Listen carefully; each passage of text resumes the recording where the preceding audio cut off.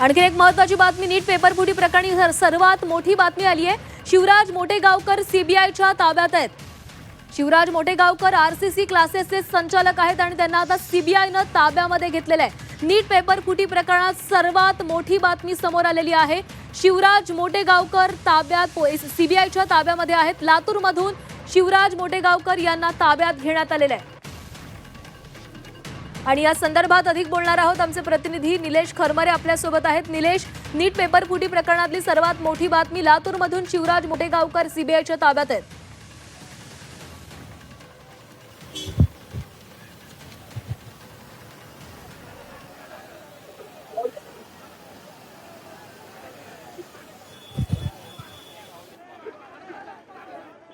Shivraj Motegaonkar RCC क्लासेसचे संचालक आणि त्यांना आता ताब्यात घेण्यात आलेले आहे। निलेश, काय अधिकची अपडेट आहे, कशा प्रकारे कारवाई करण्यात आलेली आहे? खरं तर बघितलं तर पुण्यातल्या सीबीआय जे कार्यालय आहे, जे कार्यालय आहे, या कार्यालयामध्ये मागील 11 तासांपासून शिवराज मोटेगावकर जे आहेत त्यांची या ठिकाणी संशयित म्हणून या ठिकाणी चौकशी सुरू आहे। त्यांना या ठिकाणी चौकशीसाठी बोलवले आहे। काल रात्रीपासून त्यांची या ठिकाणी चौकशी सुरू असल्याचं आपल्याला पाहायला मिळत आहे।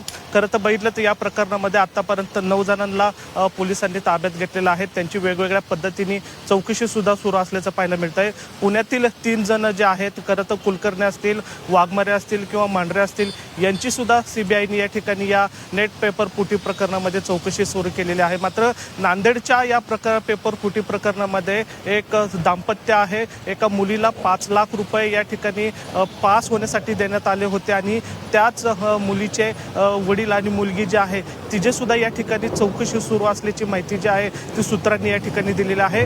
पुण्यातील सीबीआय जे कार्यालय आहे या ठिकाणी आता गेल्या 11 तासांपासून या ठिकाणी वेगवेगळ्या प्रकरणावर या ठिकाणी चौकशी सुरू असल्याचं आपल्याला पाहायला मिळतंय। विशेष करून शिवराज मोटेगावकर जे आहेत त्यांची या ठिकाणी प्रथमदर्शी संशयित म्हणून या ठिकाणी त्यांना ताब्यात घेण्यात आलेलं आहे आणि मागील 11 तासांपासून या ठिकाणी त्यांची चौकशी जी आहे ती सुरू असल्याचं आपल्याला पाहायला मिळतंय। आणखीन काही या प्रकरणामध्ये महत्त्वाचे धागेदोरे जे आहेत ते सीबीआयच्या हाती लागलेले आहेत आणि त्यामुळे मागील 11 तासांपासून या ठिकाणी मोटेगावकर जे आहेत त्यांची या ठिकाणी चौकशी जी आहे ती सुरू असल्याचं आपल्याला पाहायला मिळतंय। त्यामुळे या प्रकरणामध्ये बरेच लोक जे आहेत त्या चेन टाईप स्वरूपात या अडकल्याची या ठिकाणी माहिती मिळत आहे। त्यामुळे आता काही तासांमध्ये या ठिकाणी दिल्ली सीबीआय कडून या बाबतची जी अधिकृत माहिती जी आहे ती या ठिकाणी प्रसिद्धी केली जाईल। मात्र या ठिकाणी जर बघितलं तर पुण्यातल्या सीबीआय कार्यालयामध्ये 11 तासांपासून वेगवेगळ्या निलेश, या अपडेट घेत राहणार, तुर्तास धन्यवाद दिलेल्या सविस्तर माहितीसाठी।